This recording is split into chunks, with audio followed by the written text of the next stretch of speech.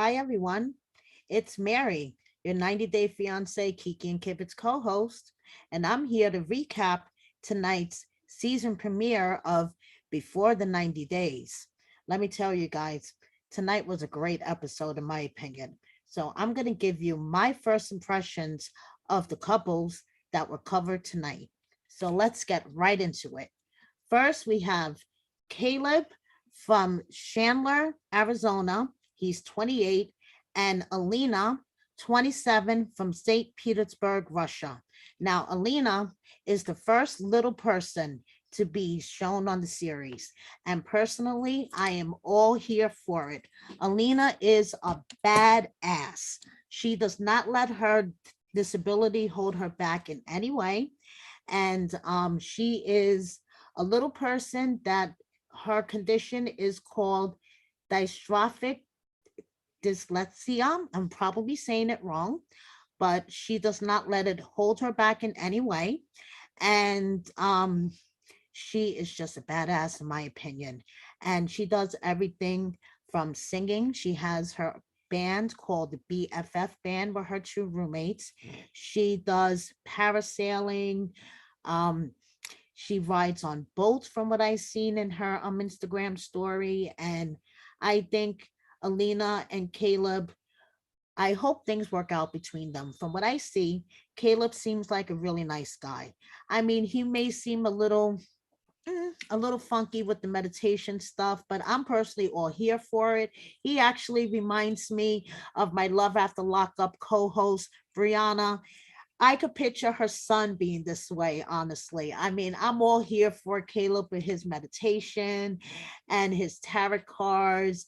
And even though he got me lost with the picture that he was drawing and trying to manifest things, but hey, Caleb, if it works for you, works for me. So Alina has some issues with her parents, which I totally understand. They're worried about her traveling to Turkey to meet Caleb. They're worried about, her being a little person and she uses a wheelchair because she can't walk for long periods of time. And they're worried about her being in Turkey with the cars and the people. And they're also worried about her meeting Caleb for the first time because he's practically a stranger. So, in order to alleviate her parents' fears, she's going to bring her best friend Elijah along on the trip. And at first, Caleb was kind of like, he wasn't crazy about the idea because he felt like Elijah was stepping in on his territory in a way. But Alina explained that Elijah could perhaps show him how to help her with her wheelchair. And she also explained her fears that maybe what's involved with her taking her wheelchair up and downstairs, turning lights on and off for her in the hotel room that maybe she can't reach and things like that may be a big issue. And she, was a little scared and she kind of wants to bring her friend along just to make sure things go smoothly. So I have high hopes for this couple. Let's see what happens. Next, speaking of a couple that I do not have high hopes for, Kim, 50 years old from San Diego, California, and Soulja Boy, who is back for his second season. Now, if you haven't watched this season before, if you haven't watched this particular franchise before, Soulja Boy was on this show before, and he was how do I put it?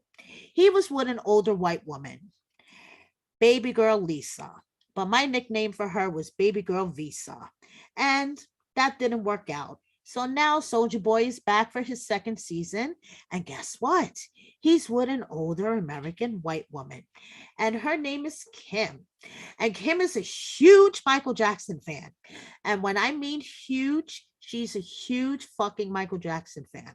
And let me tell you, I was roommates with a huge Michael Jackson fan when I was in my 20s. And let me tell you, this bitch was obsessed with Michael. Kim is a bigger fan than this bitch was. Okay. So Kim even has an original fedora that Michael wore. She has a figurine of Michael. I mean, Kim is fucking obsessed with Michael, and she considers Usman's talent almost as good as Michael, but not quite. So it shows you that she's a fucking obsessed groupie. So anyway, Kim is going to Tanzania to meet up with Usman. They've been talking for months. She sent him a message and she was so surprised when he messaged her back. And before she knew it, they were talking every day. I could tell you, I'm not surprised he messaged her back. He said, "Oh, a chance at another season."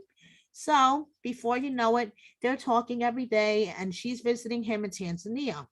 She's leaving her homebound mother that she takes care of. She's leaving her son, who is basically the love of her life from the way she explains it. And she's going to go to Tanzania to go hang out with Usman while he makes a music video for a song that is named after another woman, basically. And she is so in love with Usman that she is willing, if things work out and they get married and whatever, to let him marry a second wife so he could have children. Because after all, she's 50 and she's not like Angela Dean, who's going to try to have another child or go through the motions of trying to convince Soldier Boy that she's going to have another child. No, she's just going to let him marry a second wife to have children. And at this point, her friends think she's crazy, her mother thinks she's crazy, we think she's crazy, but no, she's crazy in love. And she's going to fly out to Tanzania, sleep in a separate hotel room, because Usman is so traumatized from baby girl Lisa that he's not sure if he wants Kim to be his girlfriend yet. So he has to meet her in person and feel her out before he calls her his girlfriend. So they're going to sleep in separate hotel rooms first. Okay, I smell Soldier Boy wanted another season on 90 Day so he could have exposure for his song. Next. The next we have Gino from Canton, Michigan, who is in love with Jasmine from Panama City. Now, Gino is 51, Jasmine is 34. My first impression of Gino, I don't know whose laugh is more annoying. Steven from the other way, as in Steven and Alina, or his laugh. His laugh is, Gino's laugh is fucking annoying. I'm sorry. Gino's also very socially awkward. I know a lot of people are going to say he's creepy, he's weird. I think he's just socially awkward. Secondly, what local pharmacy sells alcohol? I don't know if it's just me because I live in New York City and it's just very urban here, but my local pharmacy does not sell alcohol. And I was just like, whoa, I want to go to that pharmacy where I could get drugstore products and alcohol all in one stop. Hey, that's the pharmacy for me. This guy eats a lot of TV dinners. His sodium must be through the fucking roof. Um, he bought his ex from Brazil, and he brought her over here on a K1 visa. They were married for 7 years, and things just fizzled out. I think his ex just wanted a green card. I don't know. That's just me. That's just my opinion. This is just first impressions, guys. If you have any comments, leave them. This is all just my first impressions. He has a secret stash of blue pills. I mean, guys, I fell off my fucking chair laughing. I couldn't deal. I mean, he feels like he needs the blue pills to keep up with Jasmine. More power to you. Now, as for Jasmine, she's gorgeous, but homegirl has issues. She is super duper fucking jealous. I mean,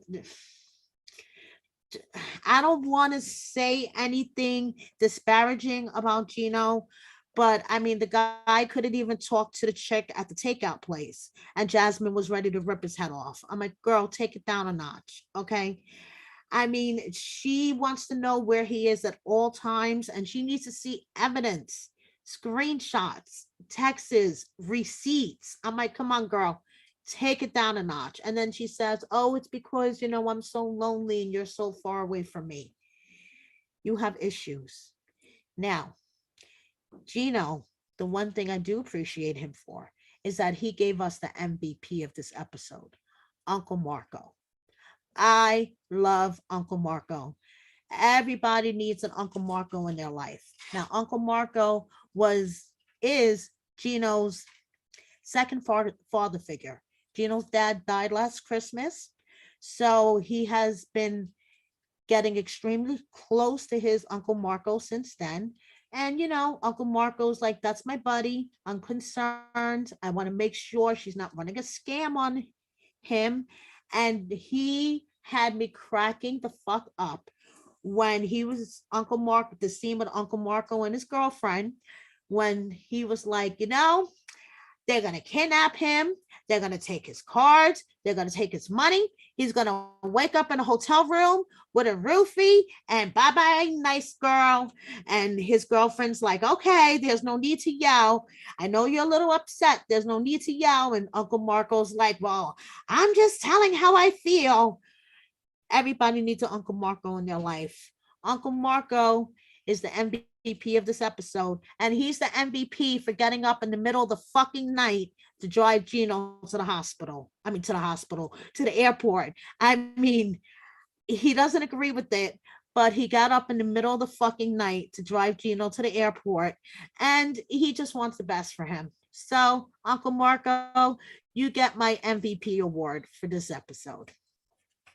So next, we have Memphis, who is 34, who is also from Michigan. So I wonder if Matt Sharp had an open casting call in Michigan. And her fiance, Hamza, who is 28 from Tunisia. Hamza's a good looking, he's a good looking guy.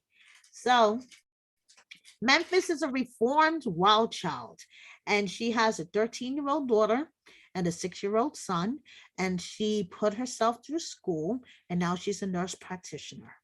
So, she's good. She's doing real good for herself, but unfortunately, she had a really traumatic childhood. Her mother had an addiction.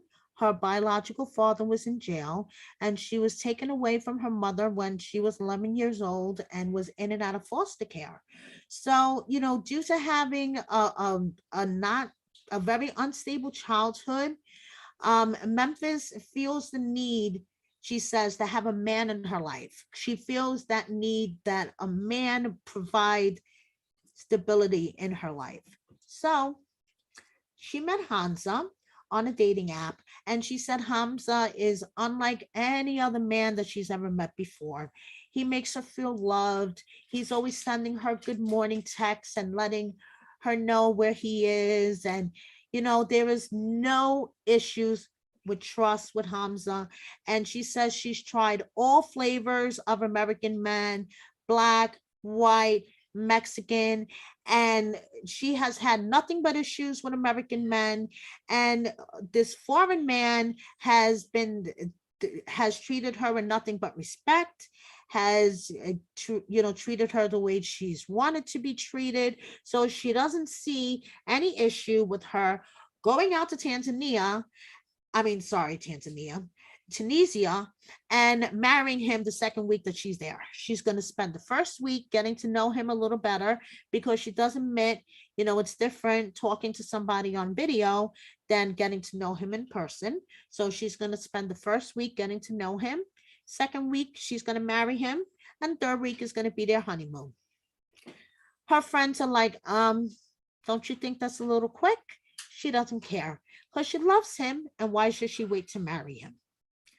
Now, I find this couple so far a little amusing, especially the sexy time. And look at my boobies, the sexy time. There's a language barrier. Hasma barely speaks any English. Memphis does not speak Arabic. You guys need a translator? I have a great translator for you. Adam, the translator. highly recommended by Brittany and Yazan, and we interviewed him on our YouTube channel. Check it out, guys. So Memphis is talking to her mom. They're making, I think it was cupcakes. And she explained to her mom, how she feels about her childhood. And Memphis says that whenever she tries to talk to her mom about her childhood, her mom is like in denial and tries to repress things. But Memphis tells her mom that it's a leap of faith that she's willing to take because her mom is concerned about Hamza being able to step in as a stepdad, and financially, what is she going to do? She's going to have to support him, and Memphis is all in. So let's see what happens. So basically, that's what happened tonight with the season premiere. And I believe we have two more couples that we have to be introduced to next week. So far, I think it was a pretty meaty episode. So I hope you guys enjoyed my recap.